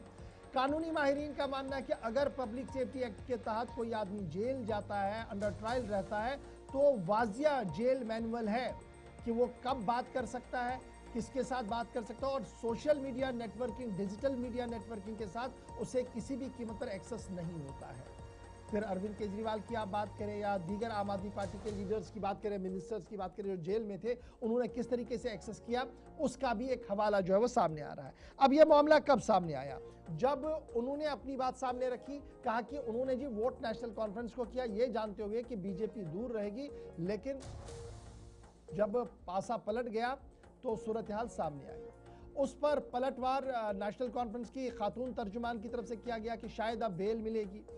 फिर सज्जाद गनी लोन साहब की प्रेस कॉन्फ्रेंस हुई तो तुरंत महराज मलिक साहब का एक और ट्वीट आया जिसमें उन्होंने सज्जाद का शुक्रिया भी किया क्योंकि सज्जाद ने बड़ा इलाबरेट किया था कि जेल के अंदर किस तरीके की सूरत हाल होती है, जो लोग इन पर तनकीद कर रहे हैं जी उन्हें पता नहीं है। फिर भारतीय जनता पार्टी के जो डिस्ट्रिक्ट प्रेसिडेंट है डोडा के, उन्होंने अपना दावा पेश किया कि शायद महराज का वोट बीजेपी को चला गया। तो इन तमाम हालात के बीच सबकी नजरें ट्विटर पर थी, एक्स पर थी, जहां पर महराज मलिक बैक टू बैक महराज मलिक के ट्वीट आ रहे थे। तो मुबस्सिरीन का मानना है कि अगर महराज मलिक साहब सियासत पर गहरी नजर रख रहे हैं, चूंकि सियासतदान है, एमएलए है, रखनी भी चाहिए, तो क्या उनका एक्सेस बाहर है कि वो बाहर किसी को बता रहे हैं कि आप इसको चलाइए और ऐसे ऐसे बयान दीजिए और दिन में कितनी बार ये राब्ता होता है और क्यों ये केस इस तरीके से लिया जा रहा है? तो बहुत सारे सवाल इस वक्त महराज मलिक के आसपास भी घूम रहे हैं। ताहम उम्मीद यह है कि आम आदमी पार्टी जरा इस पर वजाहत दे कि ये ट्विटर हैंडलर कौन चला रहा है, कैसे चल रहा है, कितनी बार राब्ता हो रहा है, क्योंकि सवाल लगातार यही पूछा जा रहा है। हिज़्ब इख्तिदार के अंदर भी और हिज़्ब इख्तिलाफ के अंदर भी लोग हैं जो ये पूछना शुरू कर रहे हैं कि बैक टू बैक एक दिन में 3-4 ट्वीट आने का मतलब है कि क्या 3-4 बार राब्ता हो रहा है? समाप्त होने जा रही है जम्मू कश्मीर हाई कोर्ट में कि मौजूदा असेंबली सेशन का वो हिस्सा बनेंगे या नहीं। पिछली जो समाअत थी उसमें चूंकि मुखालफत काफ़ी ज़्यादा उनके दूसरे वकला की जानिब से की गई जो उनके खिलाफ केस लड़ रहे हैं या हुकूमत की तरफ से, जिनके मुताबिक कि जो शख्स PSA के तहत है, हिरासत में इस वक्त हैं, तो उनको किसी भी तरीके से इजाज़त नहीं मिलनी चाहिए करंट जो असेंबली सेशन चल रहा है उसमें आने के लिए। एक तो वो समाअत कल, फिर ठीक 9 दिनों के बाद 7 नवंबर को समाअत PSA वाले मामले में, उसमें अथॉरिटीज़ अपनी बात रखेंगी, जिसमें मोनिका कोहली जो काउंसिल हैं, साथ साथ सुनील सेठी साहब सीनियर वकील हैं, वो उस केस को लड़ रहे हैं, उनकी तरफ से भी बात महराज के खिलाफ रखी जा सकती है। जो शवाहिद या जो डोजियर इंतजामिया ने तैयार किया था एक तो वो, लेकिन कल जब समाअत होगी वहाँ से क्या बात आती है उस पर भी काफ़ी ज़्यादा बहस और तज्जिया होगा, इस पर भी हमारी साथ साथ नज़र रहेगी। लेकिन अब ज़रा रुख जम्मू कश्मीर से यूनियन टेरिटरी लद्दाख का भी करते हैं। लद्दाख के अंदर आप सब जानते हैं हिल काउंसिल के इंतखाबात होने थे, ताख़ीर हो रही है और ताख़ीर हुई भी, और अब सारे सवालात ये भी पूछे जा रहे थे माहिरीन की जानिब से कि जब तक इंतखाबात हिल काउंसिल के होते हैं, ख़ास तौर से लेह के अंदर जो तैयारियां ऑलमोस्ट कंप्लीट कर ली गई थी और बीच में फिर वायलेंस हुआ ख़ास तौर से लेह के अंदर, और फिर 22-23 दिनों तक बंद, और फिर सोनम वांगचुक वाला केस, मामलात ज़रा और पीछे जाएंगे ये जाहिर हो रहा था। अब इतलात ये हैं कि तैयारियां इस हवाले से हो रही हैं कि आने वाले दिनों में जो हिल काउंसिल के जो इंतखाबात हैं वो थोड़ा ताख़ीर हो सकते हैं, अप्रैल 26 तक कम से कम, यानी नेक्स्ट जो साल है तकरीबन 6 से 7 माह का अंदाज़ा लगाकर चलिएगा। और तब तक अगर इंतखाबात मौखिर होते हैं, जिसका ज़्यादा इम्कान है, तो इख्तियारात किसको दिए जाएंगे, काउंसिल्स किसके तहत चलेंगी। जब 5 साल मुद्दत ख़त्म हो जाएगी इनकी, तो मौजूदा वक्त में जिन अहदेदारों के पास लेह के अंदर या करगिल के अंदर, जहाँ पर इन दिनों सिक्योरिटी भी काफ़ी ज़्यादा है, टाइट सिक्योरिटी नज़र आ रही है कि लॉ एंड ऑर्डर बरकरार रहे, और ये पिछले पुरानी तस्वीरें आप कुछ इलाकों की देख रहे हैं। इख्तियारात इतलात हैं कि डिप्टी कमिश्नर या जो मकामी अफसरान हैं उनको सौंपने पर गौर-व-खौज किया जा रहा है, और इंतखाबी फैसले जो हैं वो वजारत दाखिला के जायजे के तहत आते हैं, रिपोर्ट्स मकामी सतह पर तैयार होती हैं, और उसके बाद जाकर सारी डिटेल्स जो हैं वो यूनियन टेरिटरी के ताल्लुक से वजारत दाखिला के पास पहुंचने के बाद हतमी कोई फैसला होता है। और आप सब जानते हैं कि 5 अजला का जिनके लिए मरकजी सरकार की जानिब से ग्रीन सिग्नल दे दिया गया था, ऑलरेडी लवाजमात पूरी की गई, वो जो मसला था उस पर फैसला होने के साथ साथ नजरें थी कि हिल काउंसिल की सीट्स जो हैं कि क्या अब अगर ये जो डिस्ट्रिक्ट्स वाला मामला है, 5 डिस्ट्रिक्ट जिनका ये ऐलान वजारत दाखिला की जानिब से ऑलरेडी किया जा चुका है, तो इस दरमियान ताख़ीर का शिकार होंगे, तो कम अज़ कम 6 से 7 माह के लिए इख्तियारात फिर जो है वो अफसरान के पास जाएंगे, और इस बात पर गौर-व-खौज हो गया है। ये काउंसिल जो आप सब जानते हैं नवंबर का महीना था साल 2020 जब बनी, और मुद्दत वही 5 साल की रहती है, और इस बार जो नए इलेक्शंस हैं वो इसलिए नहीं हो सके क्योंकि 5 अजला और वो जो हदबंदी का प्रोसेस था वो कंप्लीट होने तक फैसले को इम्प्लीमेंट करने में वक्त भी लगा। दूसरा, आप सब जानते हैं हिल काउंसिल में 33% जो खवातीन के लिए सीट्स रिजर्व रखने का ऐलान हुआ था उसके मुताबिक भी काम होना है, और वजारत दाखिला ने दिसंबर 2024 में इसके लिए बाकायदा ऐलान किया था। तो वो जो कहा जा रहा था कि टेम्परेरी ये जो ट्रांसफ़र ऑफ पावर्स होगा कि जब तक ये मुद्दत मुकम्मल करने के बाद अहदेदारान साइड हो जाएंगे, हिल काउंसिल की जिम्मेदारी कौन संभालेगा, जब तक वो मरकज़ के फैसले थे उनको भी साथ साथ इम्प्लीमेंट किया जाए। उसमें हदबंदी है, रिजर्वेशन का मामला है, 5 डिस्ट्रिक्ट्स की क्रिएशन के बाद उस पर काम करना है, तो वो जाहिर सी बात है 6 से 7 माह लगेंगे, और वो अब तकरीबन चीज़ें साफ़ हो रही हैं। अब इस पर मज़ीद ज़रा तफसीलात लेंगे, हमारे साथ मोहम्मद इसहाक ज्वाइन किए हैं। इसहाक, क्या ये तैयारियाँ मुकम्मल हैं, क्योंकि इतलात हैं कि जो हिल काउंसिल के इंतखाबात हैं तकरीबन 5 से 6 माह मौखर हो सकते हैं या पीछे जा सकते हैं, तो दैट मीन्स 6, 7, 8 माह तक सारा प्रोसेस कंप्लीट करने में इंतज़ार और तवील होगा। ये जो डिप्टी कमिश्नर या मकामी अफसर को या जो दीगर अहदेदारान हैं उनको जिम्मेदारियां सौंपने पर गौर-व-खौज हो रहा है, क्या ये हतमी फैसला जल्द हो जाएगा, क्योंकि वजारत दाखिला की जानिब से इतलात हैं, जायज़ा इस पर लिया जा रहा है, और किस तरीके से निज़ाम अगले 5-6 महीनों में तवक्को करें चलेगा? हाँ जी, जिस तरह से इस वक्त का सिचुएशन है लद्दाख के अंदर, चूंकि हिल काउंसिल का जो टेन्योर है वो लगभग जो है मुकम्मल होने की कगार पे है, और इसके बाद लेफ्टिनेंट गवर्नर लद्दाख के पास जो है हिल काउंसिल एक्ट के मुताबिक जो है अख्तियारात हैं 6 महीने एक्सटेंशन की, और 6 महीने अगर एक्सटेंड नहीं करता है तो यहाँ पे डिप्टी कमिश्नर जो को कलेक्टर को जो है पावरात दिया जा सकता है। लेकिन अगर हम हिल काउंसिल के इलेक्शन करें तो पिछले टेन्योर्स की निस्बत में हिल काउंसिल का इलेक्शन अभी तक जो है इलेक्शन की प्रोसेस जो है वो चल रहा होना चाहिए था, मुकम्मल होना चाहिए था। लेकिन इस साल चूंकि लद्दाख को लेके खासकर यूनियन गवर्नमेंट की जानिब से, होम मिनिस्ट्री की जानिब से 5 नई डिस्ट्रिक्ट्स की क्रिएशन के ऐलान की, अभी क्रिएशन मुकम्मल नहीं है, ऐलान हो चुका है और उसके ऊपर कमेटी भी बना के बाउंड्रीज के ऊपर भी गौर खोज किया जा रहा है। तो इस बीच रिजर्वेशन के हवाले से जिस तरह से 33% विमेन रिजर्वेशन का भी ऐलान गवर्नमेंट की तरफ से किया है, तो इन सारे तनाजुर को मद्देनजर रखते हुए हिल काउंसिल एक्ट में कहीं न कहीं अमेंडमेंट और तब्दीली जो है वो आ सकता है। तो इसके चलते हिल काउंसिल के एक्ट के अमेंडमेंट के हवाले से भी गौर खोज करने के लिए, डिस्कशन, डिलिब्रेशन और डिसीजन के लिए भी एक कमेटी जो है वो तश्कील दिया गया था।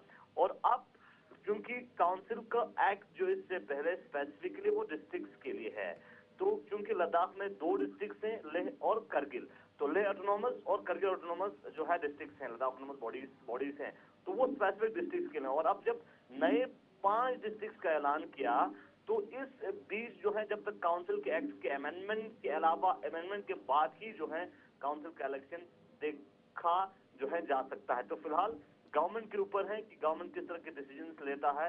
एग्जिस्टिंग जो काउंसिल को और एग्जिस्टिंग एरियाज को रख के भी जो है काउंसिल का इलेक्शन किया जा सकता है, या इस टेन्योर को एक्सटेंड करके अमेंडमेंट करने के बाद ही काउंसिल का इलेक्शन किया जा सकता है। बहुत बहुत शुक्रिया मोहम्मद इसाक, तफसीलात फ्राहम कर रहे थे, लद्दाख से हमारे साथ थे। और यूनियन टेरिटरी के अंदर ये जो इकदामात हैं वो आप देखेंगे आइंदा दिनों में इसके मुताबिक या जो इस वक्त तैयारियां चल रही हैं उस हिसाब से काम शुरू होगा। और साथ साथ लद्दाख के अंदर आज आप सब जानते हैं वो जो टीम ऑलरेडी जुडिशल इंक्वायरी के हवाले से जो फैसला हुआ था, ऐलान किया गया था दाखिला वजारत की जानिब से, काम शुरू हो गया है, तहकीकाती अमल आगे बढ़ रहा है। और दूसरी तरफ इस काम के साथ साथ इंतज़ामी उमूर कैसे चलेंगे इस बात पर भी इंतज़ामिया की तवज्जो इस वक्त है। अब आगे बढ़ेंगे, बात अब ज़रा जम्मू कश्मीर की सकाफ़त और उस कदीम विरसे की करते हैं जिसको ज़िंदा रखने के लिए, जिसको मज़ीद तक़वियत बख्शने के लिए इक़दामात सरकारी सतह पर जारी है। और दोनों सूबों के अंदर कहीं ना कहीं इस तरह की झलक एग्जीबिशंस के ज़रिए, प्रोग्राम्स या तकारीब के ज़रिए नज़र आती है। और इसी सिलसिले को थोड़ा और आगे बढ़ाते हुए जम्मू कश्मीर के अंदर department of handloom and handicraft की जानिब से घंटाघर लाल चौक श्रीनगर के अंदर, जहाँ पर न सिर्फ एक तकरीब मुनक़िद हुई बल्कि कश्मीर सोल के नाम से या कश्मीर की रूह का नाम या लक़ब देकर एक तकरीब का जो है वो इनेकाद अमल में लाया गया। और मुतलका हुकाम की जानिब से उन तमाम कारीगरों को, उन तमाम लोगों को जो महकमे के साथ वाबस्ता हैं, मुंसलिक हैं, मुख्तलिफ़ काम काज करते हैं,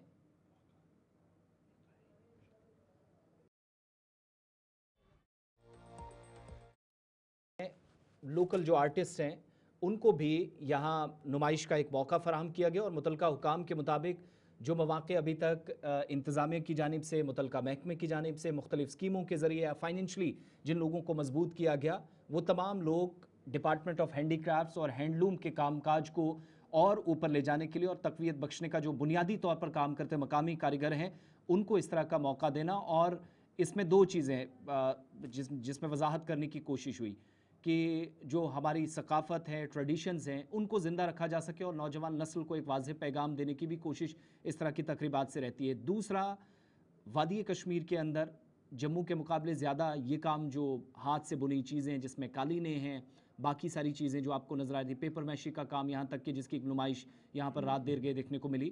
कंसर्न्ड अथॉरिटीज़ के मुताबिक बाज़ाब्ता तौर पर ये वो मौका है जहाँ से मकामी फ़नकारों को या लोकल आर्टिस्ट को एक मौका अपनी मसनूआत दुनिया के सामने लाने का, जो एक रोज़गार का भी उनके लिए वसीला बन रहा है, ज़रिया बन रहा है, वो मौका फ़राहम इस प्लेटफॉर्म से किया गया। लाल चौक श्रीनगर के अंदर ये सारा जो डिस्प्ले आप देख रहे हैं, जिसमें पश्मीना, जिसमें आप वुड कार्विंग है, सोजनी एम्ब्रॉयडरी है, जो कढ़ाई वगैरह का काम है, बर्तन बनाने का काम है, जिसमें दोनों तरह के, यानी जो आप एक तरफ कुम्हार का काम देखते हैं वो भी, उसकी एक नुमाइश यहाँ पर कि वो भी हमारे कदीम विरसे का या ट्रेडिशन का एक हिस्सा है, तो उसको दरकिनार नहीं किया जा सकता, वो दिखाया गया। और अहम तरीन जो शख्सियात मुतलका महकमे की जानिब से थी उनमें खुद डायरेक्टर हैंडीक्राफ्ट्स और हैंडलूम मुसरतुल इस्लाम भी मौजूद रहे।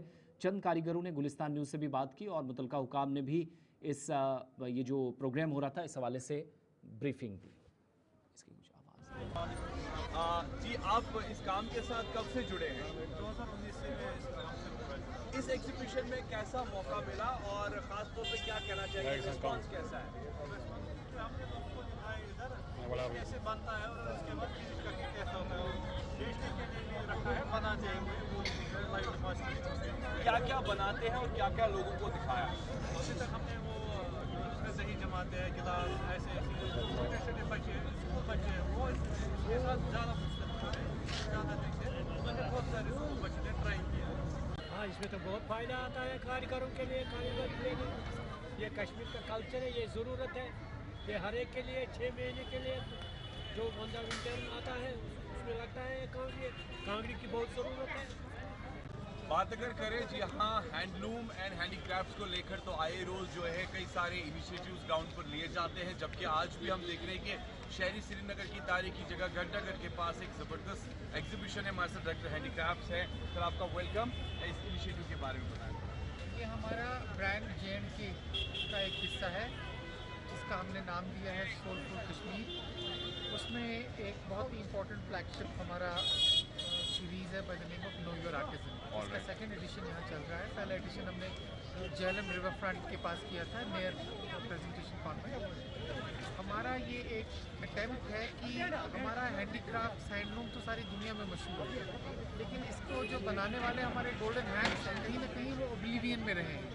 तो उनको जनरल पब्लिक के सामने फेस टू फेस लाना, उनको एक अपॉर्चुनिटी देना to interact with the people, buyers, travellers, art lovers, craft lovers, तो उनको अपनी स्टोरीज बोलने का मौका मिल रहा है। और साथ ही साथ हमारी जनरल पब्लिक को इस चीज़ का अंदाज़ा हो रहा है कि जो हैंडमेड आइटम्स हैं ये हाई वैल्यू क्यों है। ये तो वो नुमाइश जो लाल चौक श्रीनगर में और मज़ीद तकरीबात होंगी, इसका अज़्म मुतलका महकमे ने जाहिर किया। आगे बढ़ते हैं, आप कॉल्स करना शुरू करें। प्रोग्राम में आखिरी 10 मिनट हमारे पास हैं, भरपूर कॉल का और शिरकत का आपको मौका फराहम किया जाएगा। 9:47 हो गए, 10 मिनट तक आप कॉल्स करेंगे। 4 नंबर आपकी स्क्रीन पर हमेशा आते हैं जिन पर किसी एक पर आप कॉल करते हैं और इन 4 में से आप जब भी किसी एक पर नंबर डायल करेंगे 0191 लगाना बिल्कुल मत भूलिएगा। ये एरिया कोड है और 125876699448 पर कॉल करें। जब भी प्रोग्राम में आपकी कॉल हमारे साथ मिलती है, ज्वाइन करते हैं, टीवी की आवाज़ बंद कर लें अगर आप सही तरीके से अपनी बात कंसर्न लोगों तक पहुंचाना चाह रहे हैं। फर्स्ट कॉलर हमारे साथ इस वक्त लाइन पे। हेलो हेलो हेलो, अस्सलाम वालेकुम। वालेकुम अस्सलाम। सर, रिक्वेस्ट डाली थी डिस्ट्रिक्ट कौन से कि मतलब को एम्प्लॉय का भी कुछ नहीं है, बायोमेट्रिक वगैरह अगर एजुकेशन में है, एनिमल हस्बेंड्री में बिल्कुल नहीं चल रही। झूठ बोलते हैं हम फलान जगह सेंटर पे हैं, फलान जगह ऐसे हैं। तो क्या निज़ाम है अभी अटेंडेंस का? कुछ नहीं है एनिमल हस्बेंड्री में जनाब। मतलब मुलाजमीन कितने हैं, क्या आने जाने का प्रोसेस? मुलाजमीन तो बहुत है इधर, 40-42 हैं, मतलब LDO सेक्शन में, चीफ हाउस में अलग हैं।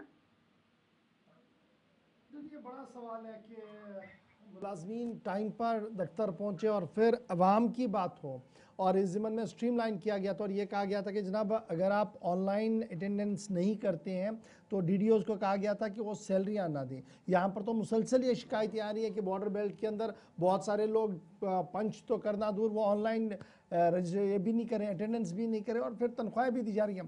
फिर वही हुआ ना कि हुक्म हाकिम जो है वो सिर्फ दरवाजे तक ही महदूद है। इम्प्लीमेंटेड जो अथॉरिटीज़ है, DDOs जो है वो पूरी तरह से इसको नहीं थी। मुझे उम्मीद है कि आपके मुतल्लिका डिप्टी कमिश्नर साहब जो हैं वो ज़रूर इसकी ओर तवज्जो दें और जो मातहत अमला है उनको इंश्योर करवाएं कि वो ज़रा ऑनलाइन रहे और लोगों की बात को भी सुने। इस निज़ाम के तहत हमने सख्ती देखी महकमा तालीम और सेहत के अंदर, ऐसा लगता है ये सिर्फ उन्हीं के लिए बायोमेट्रिक निज़ाम बना था। बहुत शुक्रिया आपका।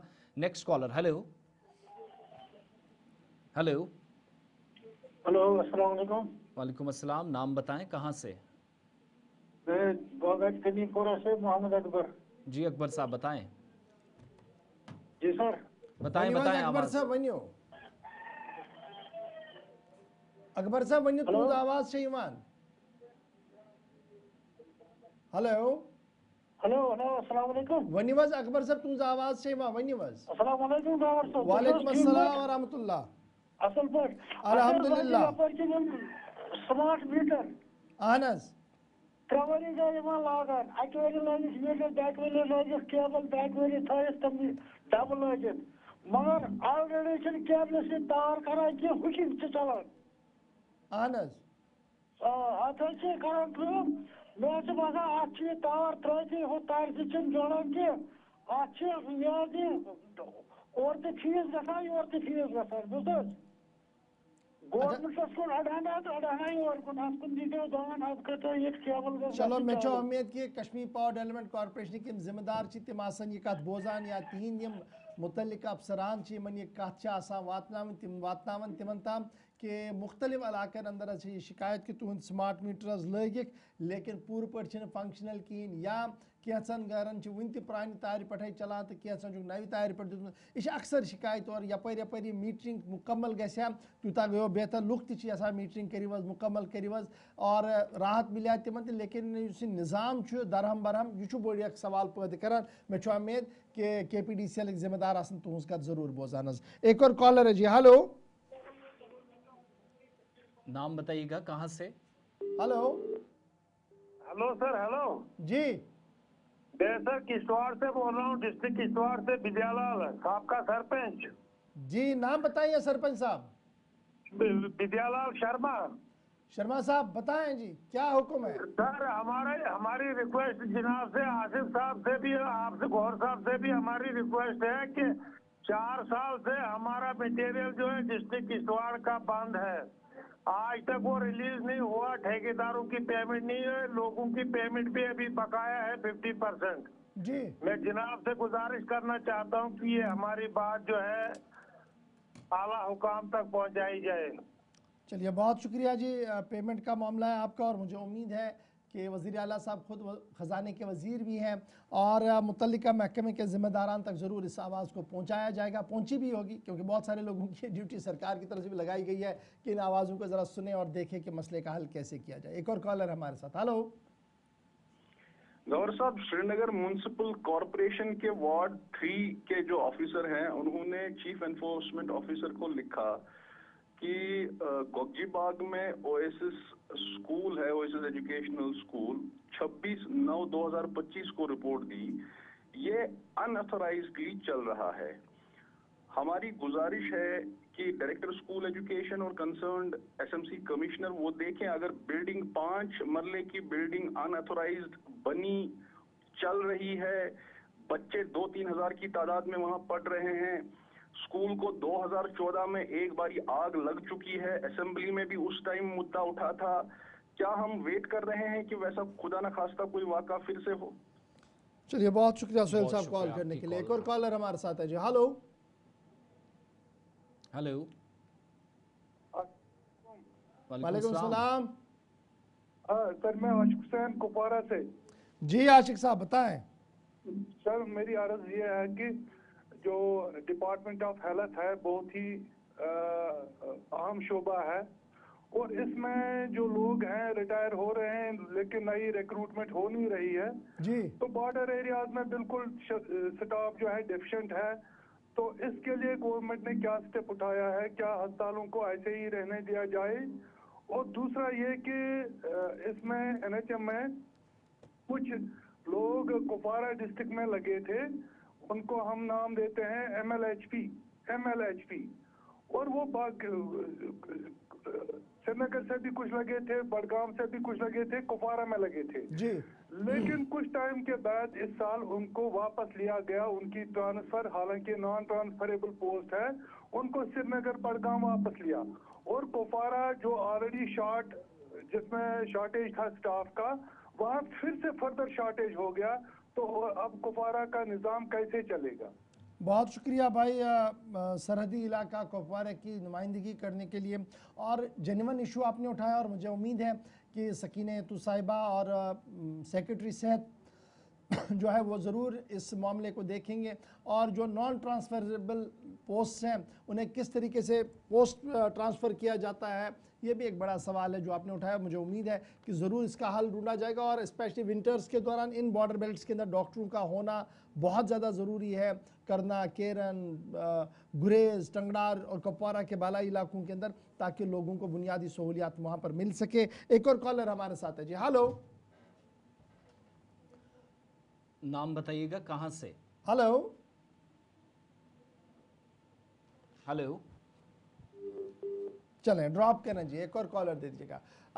आप नेटवर्क जोन में रहेंगे तो तभी जाकर बात होगी, और फिर टीवी की आवाज़ आपने बिल्कुल बंद कर देंगे, तब आपकी और हमारी जल्दी जल्दी में बात होगी, वरना ये 10 से 15 सेकंड का जो डिले है इससे सारा निज़ाम दरम बरम होता है। तो दरख्वास्त यही है कि आप कॉल कर रहे हैं तो टीवी की आवाज़ बंद करें और हमारी आवाज़ का इंतज़ार करें। हेलो हेलो, अस्सलाम वालेकुम जी। वालेकुम सलाम व रहमतुल्लाह।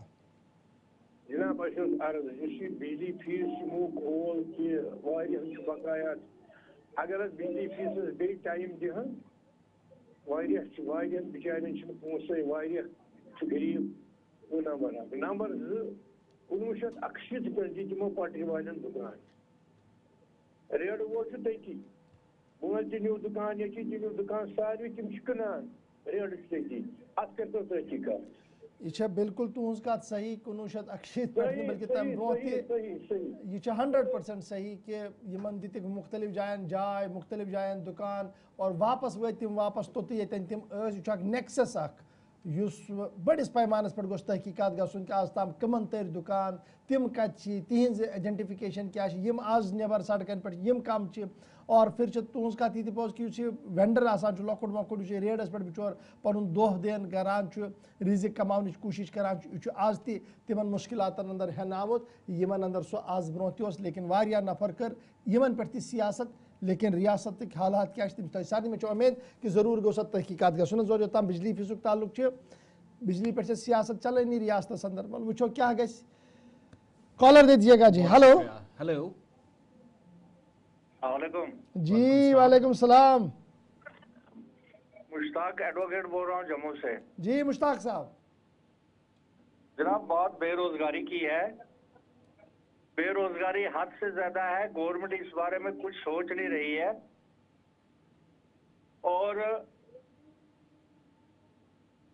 हेलो जी जी बिल्कुल आवाज आ रही है मुश्ताक साहब।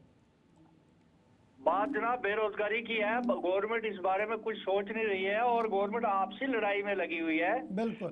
पहले तो 3 किस्म की गवर्नमेंट चलती थी, एक सेंटर से, एक एलजी से और एक स्टेट इलेक्टेड सीएम से। अब तो एक और भी पार्टी विद इन पार्टी जो है उनकी लड़ाई शुरू हो गई है। मैंने एक बार पहले भी आपसे अर्ज किया था कि कम से कम अगर और कुछ नहीं कर सकते तो बेरोजगार जो है उनको लोन जो है ये विदाउट इंटरेस्ट लोन जो है दिया जाए, ताकि बेरोजगार अपना कारोबार जो है वो कर सकें, क्योंकि लोन विद इंटरेस्ट लेके 10-11-12% इंटरेस्ट लेके कारोबार नहीं हो सकता है। बिल्कुल।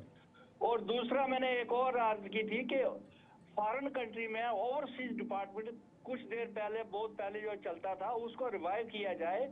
जो लोग बाहर जाना चाहते हैं उनको बाहर जाने की सहूलत आसानी से दी जाए, ताकि उनके साथ धोखा ना हो और बाहर जाके अपना मेहनत मजदूरी कर सकें। बिल्कुल मुश्ताक साहब, ये टोटली नाकाम हो गई है और फेल हो गई है। बिल्कुल, ये दोनों मुद्दे बड़े इंपॉर्टेंट हैं और ये कोर एलिमेंट्स दोनों के। बहुत शुक्रिया आपका कि एक कॉरपोरेशन बने जी जो ओवरसीज के लिए देखे, जो वो लोग बाहर जाना चाहिए, जो ठगी का मामला बाहर है कि वीज़ा के नाम पर पैसा खाया जाता है, फिर नौकरियां नहीं मिलती हैं, तो एक प्रॉपर चैनल हो, जो लोग बाहर जाना चाहते हैं वो वहाँ पर अप्लाई करें, उन्हें वो मिले। सरकार के पास ये ऑप्शन है, वो कर सकती है, माजी में था ये।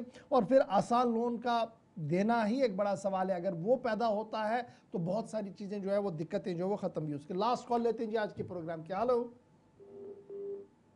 हेलो, नाम बताइएगा, कहाँ से? मैं जसबीर सिंह डिस्ट्रिक्ट राजौरी से बोल रहा हूँ सर। जी जसबीर साहब बताएं।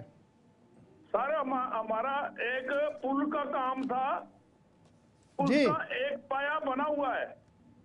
अच्छा जी। तो दूसरा पाए का पैसा 45,70,000 रुपया गवर्नमेंट ने सैंक्शन किया था जी। उसका एक ही पाया 6 साल हो गए, दूसरा पाया अभी तक नहीं बना, काम शुरू नहीं हुआ, वो पैसा खुर्द बुर्द गवर्नमेंट ने कर दिया, पता नहीं कहाँ गया कहाँ नहीं। अच्छा जी जसबीर साहब ये बताइए ना, ये कहाँ पर ये पुल बन रहा था जो आधा बना और आधा छोड़ दिया? सर ये पुल बन रहा था डिस्ट्रिक्ट रजौरी में, क्वीन आरिया में। क्वीन आरिया में, ठीक है जी, क्वीन आरिया में। बहुत शुक्रिया चलिए जी, बहुत शुक्रिया जी। बस इस तरीके का फीडबैक बड़ा इंपॉर्टेंट होता है। काम शुरू किया गया, एक्सचेकर पर कितना नुकसान है, छोड़ दिया, यानी अगर वहाँ आपने 5 से 10 लाख रुपया खर्च किया तो वो किसका पैसा था? वो आपका और हमारा टैक्स का पैसा था।